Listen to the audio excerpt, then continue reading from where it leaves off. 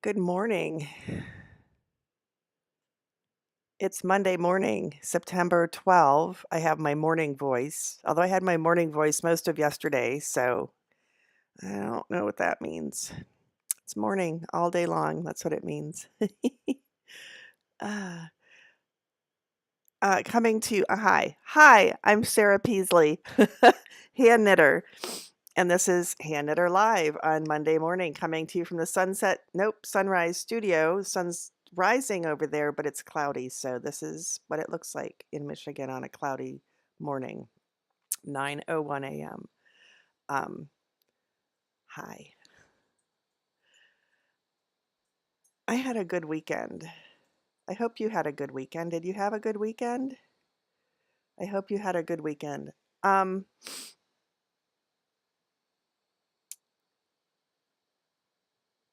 I taught for a Stitches event, and sorry if you know this already, but maybe somebody will watch who doesn't know this already. But Stitches is an event that's put on by a company called XRX Incorporated that used to also publish Knitters Magazine. And I used to edit for Knitters Magazine, tech edit, proofread, copy edit, whatever. Um, and I also teach for them. And in the before times, um, they put on 4 or 5 shows a year in various locations, and I would travel and teach for them, as did a lot of people that I know, a lot of good friends from that experience. And then in the during times of COVID, they switched to virtual events, which is amazing because that's what I'm doing right now. I'm not ready to travel yet. So they're Stitches is very slowly adding some in-person events, but I'm not up for that yet. So this past weekend was a Stitches weekend. In the past, I would leave usually on a Wednesday, and I think there'd be classes on Thursday, Friday, Saturday, and Sunday.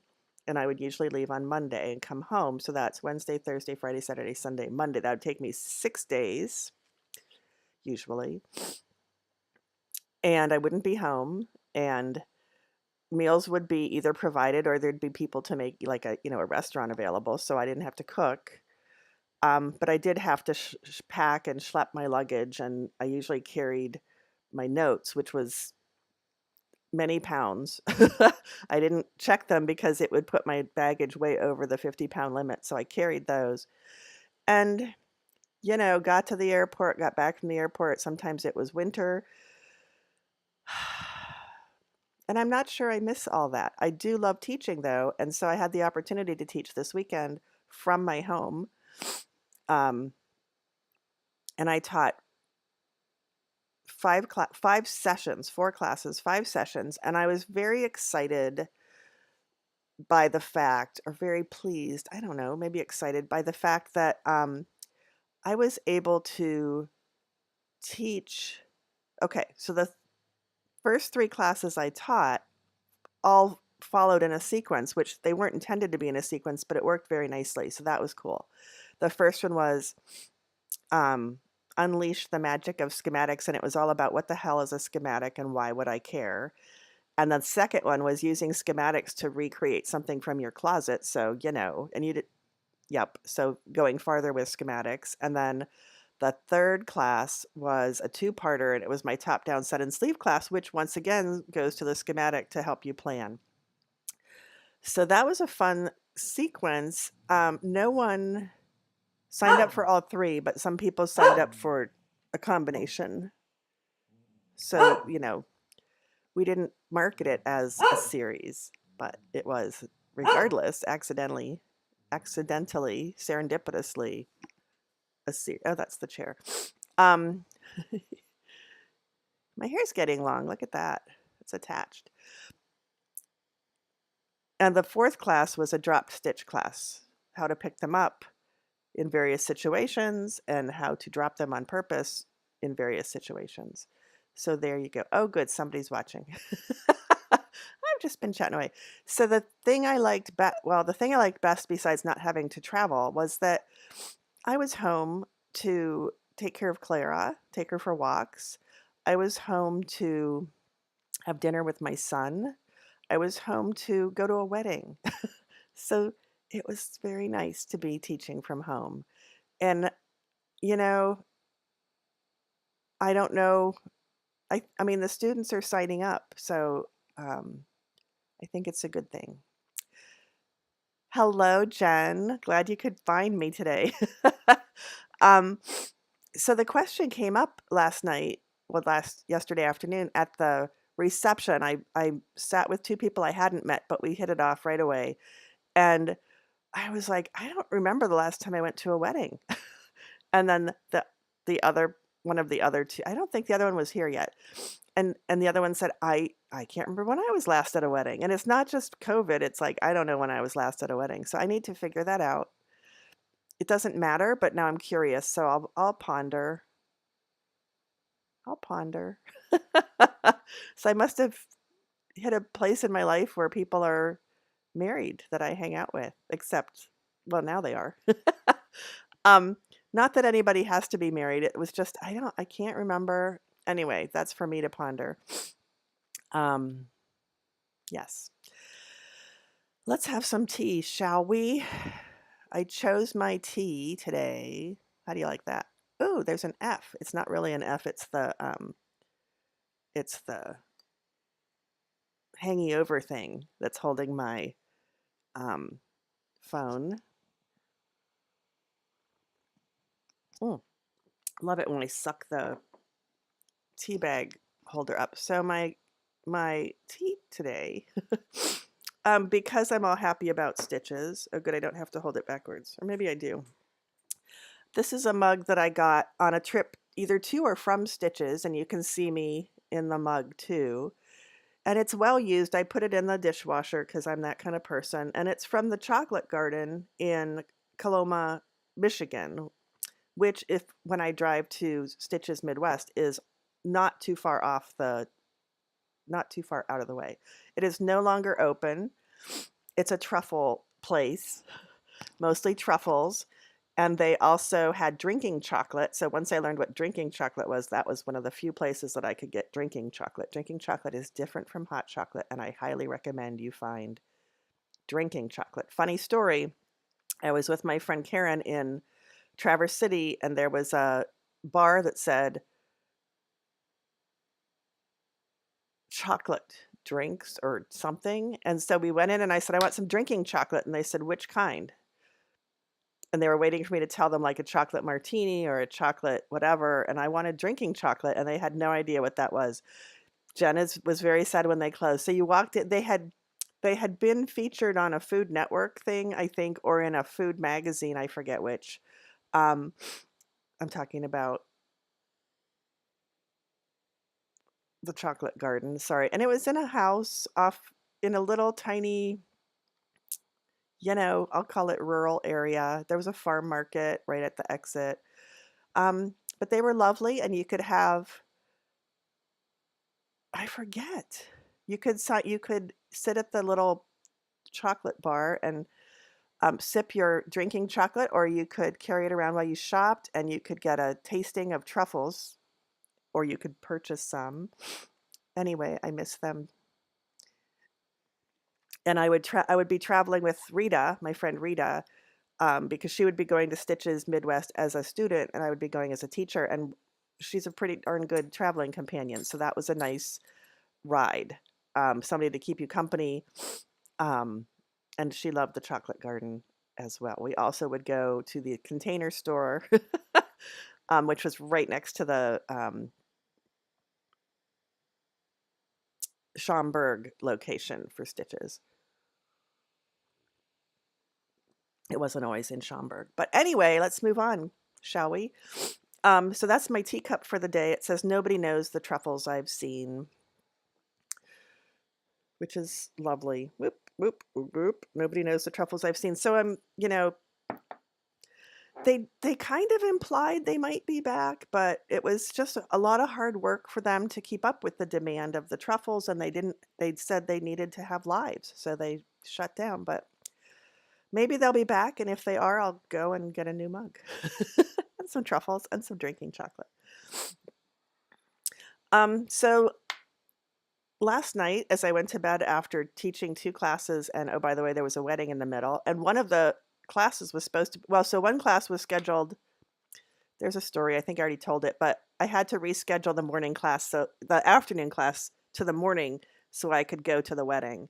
And then I had to come back shortly after the reception started to teach the other class. And that was fine because I was so afraid I wouldn't be able to go to the wedding at all. So it was great. And I was happy to have the opportunity. I was thrilled to be at a place working for an organization that would say, oh yeah, we can move that class for you. Because, it's a Zoom thing and there's students who have schedules and some are on the West Coast. So they had to get up earlier for me so that I could go to the wedding. Anyway, very grateful for that. So things that I wanted to do today, I thought about last night, but didn't write them down. So let's see if we can remember. One had to do with needles. So let's do that. On Friday, on my Friday live stream, available to Patreon members, French fries and up, I pulled out a project that I can tell you when I started because I found the notebook. I used to have a knitting notebook for every year because that's how prolific I was. And now, and this notebook is from 2013. See, I was all official and I have an index in the back, which I would do at the end of the year. Like in January, I would write up the index for the previous notebook. And so and then I'd go back in and number the pages. And so this is actually the first notebook I pulled out. So I have a series of notebooks from like, do I have any 1900? Not 1900, but so 2000 something. Clara says, oh, it's a squirrel. Clara says squirrel. This one I pulled out first because look at all those papers. Because just because I have a notebook doesn't mean I actually write in it. I write on other things and then shove them in the notebook. So I thought this was a good chance. There was a good chance this was the notebook. So I started looking backwards. This page had fewer words on it. And then I went like this and I got to color spectrum blanket. Oh, you can't see. Boop. Whoop. Color spectrum blanket. I'm like, that's what I called it because I couldn't remember what I called it. So what I'm trying to say is I pulled out there was a project. It's a blanket with colors that follow the spectrum that was in my downstairs office for a long time in an open bag. And we've already found moth damage in other bags that were open. I've moved my office upstairs. Where's my other page? I've moved my office upstairs since I started teaching virtually. And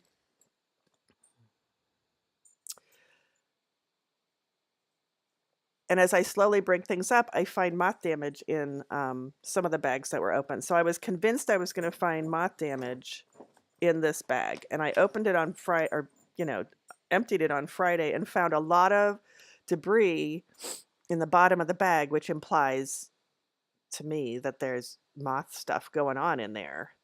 The only yarn left, because I'm almost done with that Afghan. The only yarn left was in bags or underneath the whole Afghan. So, and I rewound that on a Danielle, who works at Seams next door, says, can you speedball this for me when she wants me to wind a skein of yarn? She's a little bit new.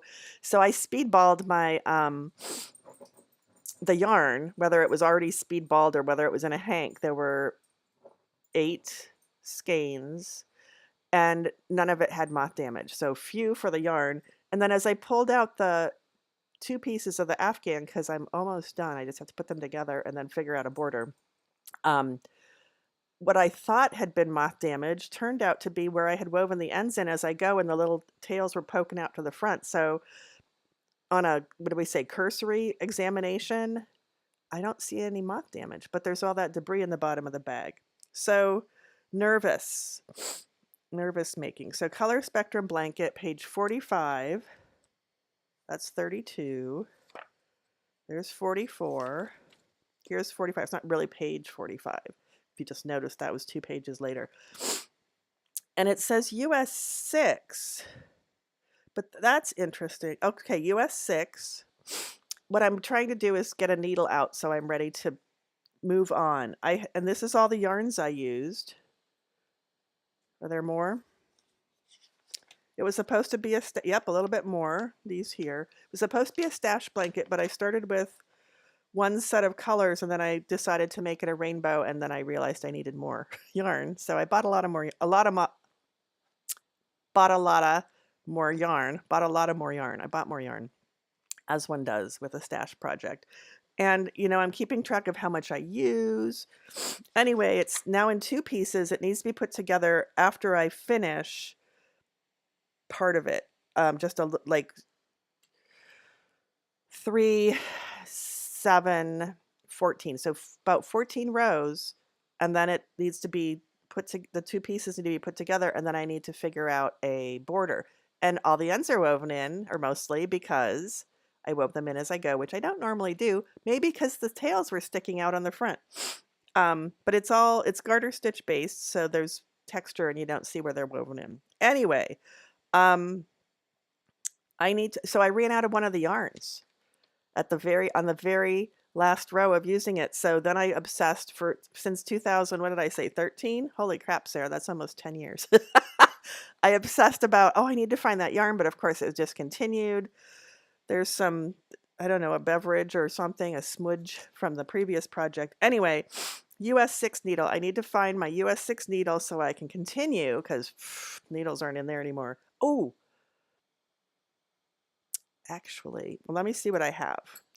So I wanted to first look in this container. I might have to do a back in a minute thing. Let's see. Size 6, and I need something that's very long because the final rows are lengthwise. And what I have in the 6 are not very long. They're 16 inches. So let me go grab, oh my gosh, I'm going to leave the camera. Let me go grab, I know right where it is. I'm going to go like this, and I'll be right back.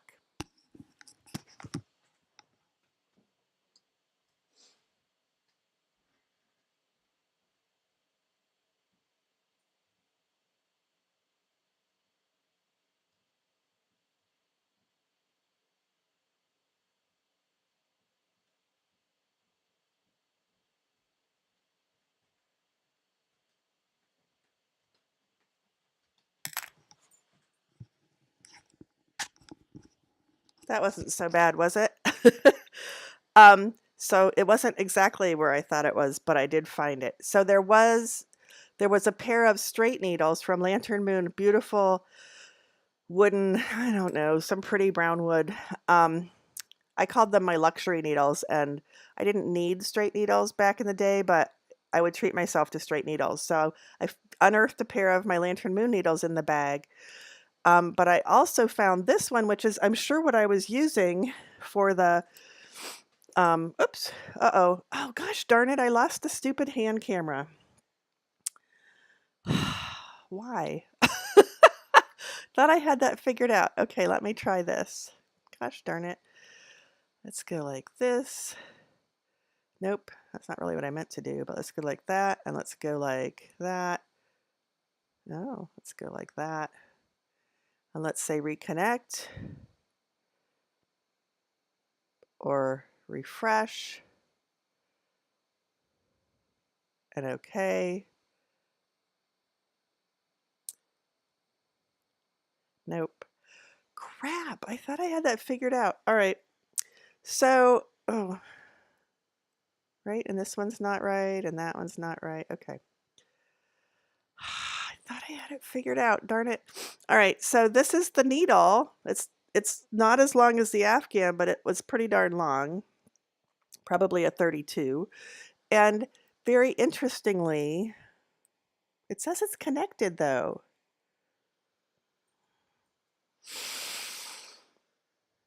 It's 20 after. I'm just going to go with it. Okay, so it has 2 different, when I first pulled it out, I thought one was just had gone bad, but it's got 2 different tips. One is the lace tip and one is the turbo tip. See how the lace tip is pointy? I'll put them in front of my shiny forehead. And the turbo tip is not as pointy. So that's the original turbo tip, and this is the old lace tip, which is a little dirty, but it also, they came in this brassy color, So what I'm going to do is, since I didn't have another long one, I do have some sets and I could put something together. But since I do have this, I'm going to take a paper towel and put a teensy bit of dish soap on it and go whoopa, whoopa, whoopa, whoopa. And then I will probably make that noise too. And then this will be all clean and shiny, but brass colored. And I can use that to finish the Afghan, or to finish the Afghan before I figure out what to do for the border. So I do have a needle. I have to clean it. And then I'm all set. So needles, stitches, and I can't. No. Poop. Oh. Yeah, I don't know. Settings, video,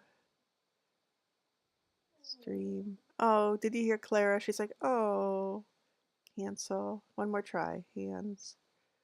Blank it out. Properties. Nope. Properties. Refresh. See, it says it's connected, so I'm so confused. Reconnect to device.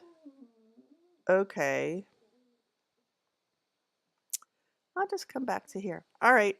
So what was the other thing I wanted to talk to you about? I'll zip this back up because I'm not going to search for another needle.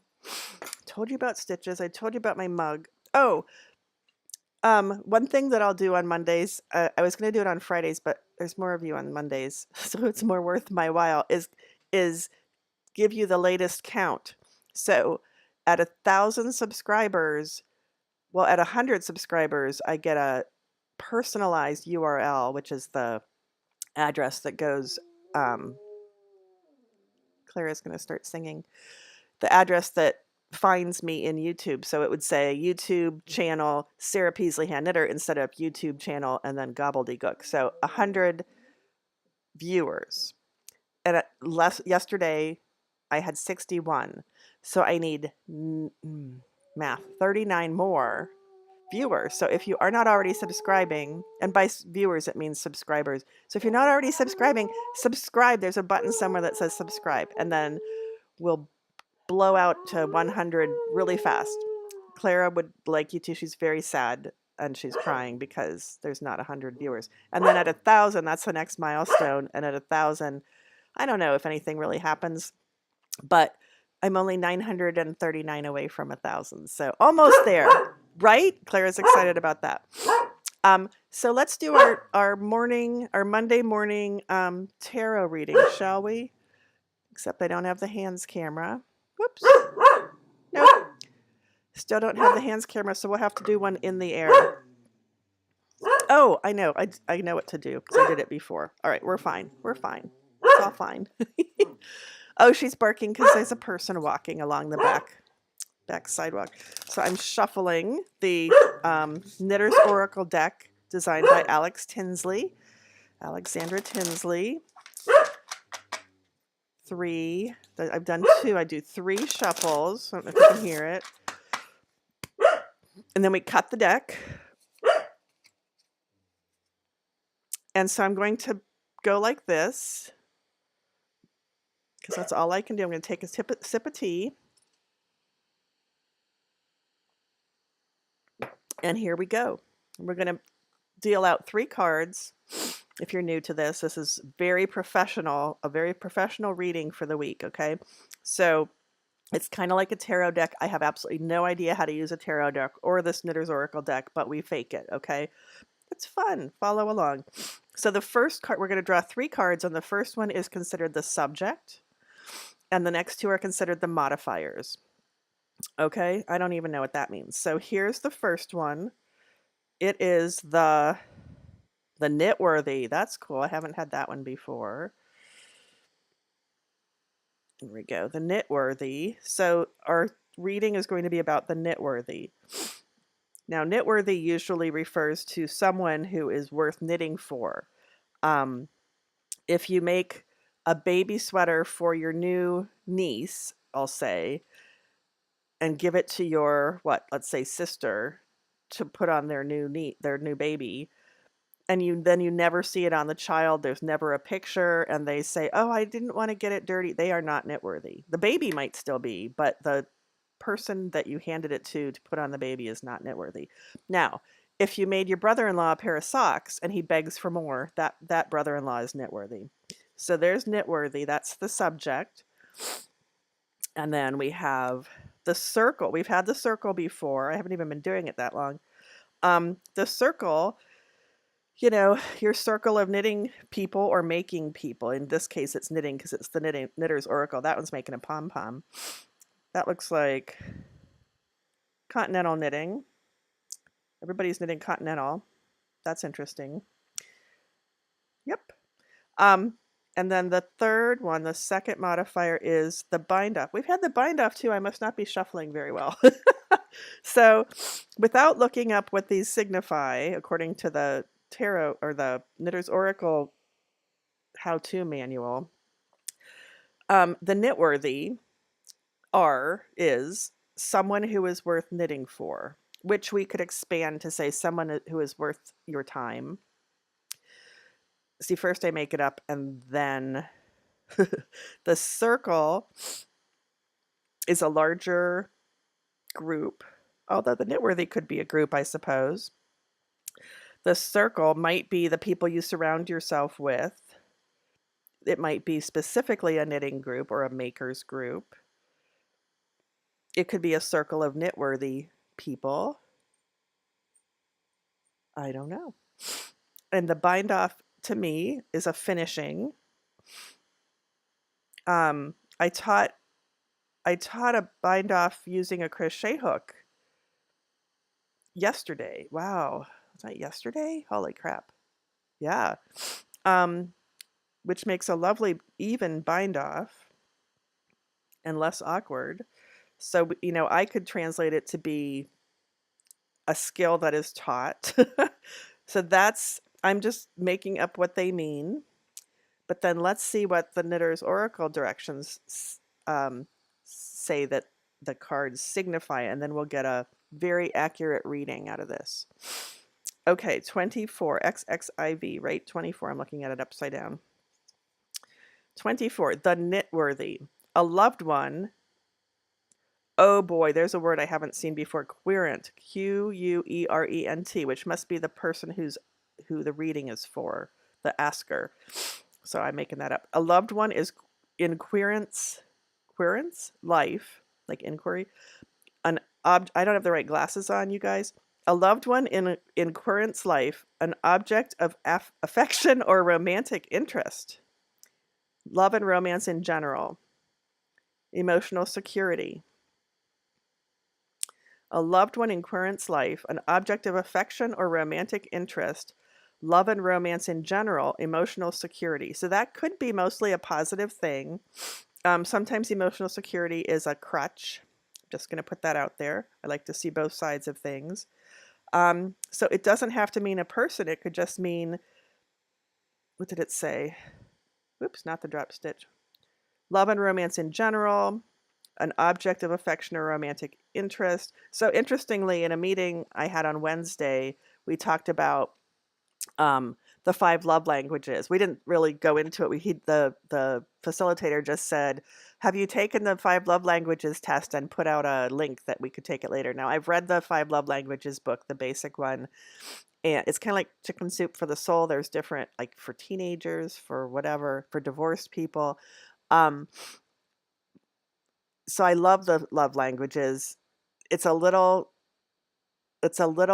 goes in a little bit of a, it's developed by I'm going to say pastor or minister, and I'm not shaking my head like poo poo. I'm like, I don't remember, but it's a, hi Danielle, are you here for the knitting tarot? It's 5 love languages. I'll put it in the thing down below when I update the notes, which I hope to do soon. Anyway, it's really cool. It tells you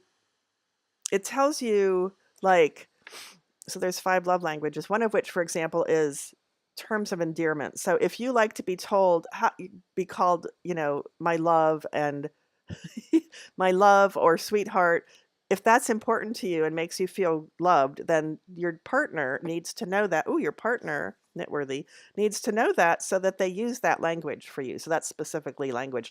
But there's other ones as well. If you don't, if that bugs you, then if your partner is using that language, that your partner is going to bug you. So it helps to know what you like, how you like to be communicated with or shown love, and then it helps a lot if your partner knows that.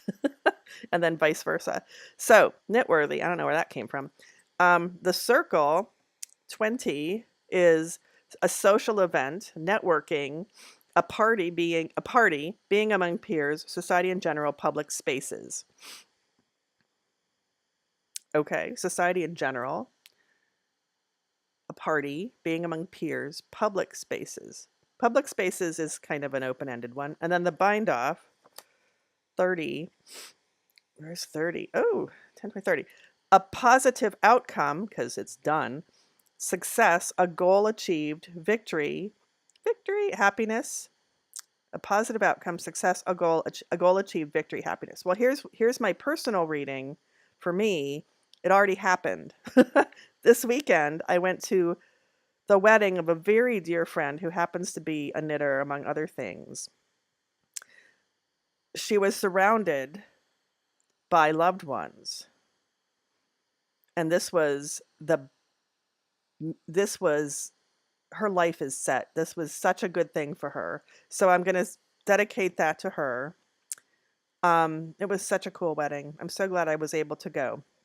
In general, the Knitworthy, so they were sending that toward romance. What else did it say? I know we're going past time. 24. A loved one, an object of affection or romantic interest, love and romance in general. So an object of affection could be a pet also. But, okay, the Knitworthy. So our subject is someone who is, I still think, worth your time. Someone who is worth maybe the effort of making sure they're okay, or worth following up with, worth nurturing the friendship. How about that? The circle, maybe you're inviting that person into your personal circle, your bubble, as I like to call it. You could invite them to the Stitch Out on Thursday that takes place on the patio next to Woven Art and Seams. Plug for the social event there. And the bind off. So someone who's worth bringing into your circle, and that would be a success. That would be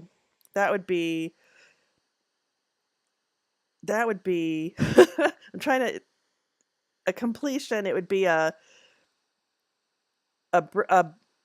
binding off. It would be an end to, it would be the beginning of a friendship. It would be the beginning of them being part of the circle. So the bind off is erasing the loneliness or the unsureness or the, erasing the, I'm really going for it this time. Overcoming your, I should get together with so-and-so sometime, and actually doing it. So that would take care of the, I should get together. My therapist used to say, if you're thinking about someone, you should let them know. So yesterday I thought about my friend Melinda, because she's the person I was with or talked to on September 11th, the September 11th. And last night at about midnight, I thought I should just check in on Melinda and say, thinking about you today. And I didn't. So I'm going to do that as soon as we're done here. So I don't know what I just said. Somebody who's worth your time, bring them into your bubble, and that would be a good thing. Okay. I'm not a licensed knitting oracle reader. I'm going to go now. Have a great week. I'm going to go, maybe I'll finish that Afghan by Friday. You can come to the Friday live stream again, Patreon, French Fry Level and Up. But I'm going to see if I can book through that Afghan, at least get it to where I need to figure out the border, because I don't know what I'm going to do for the border. Love you all. Thank you for being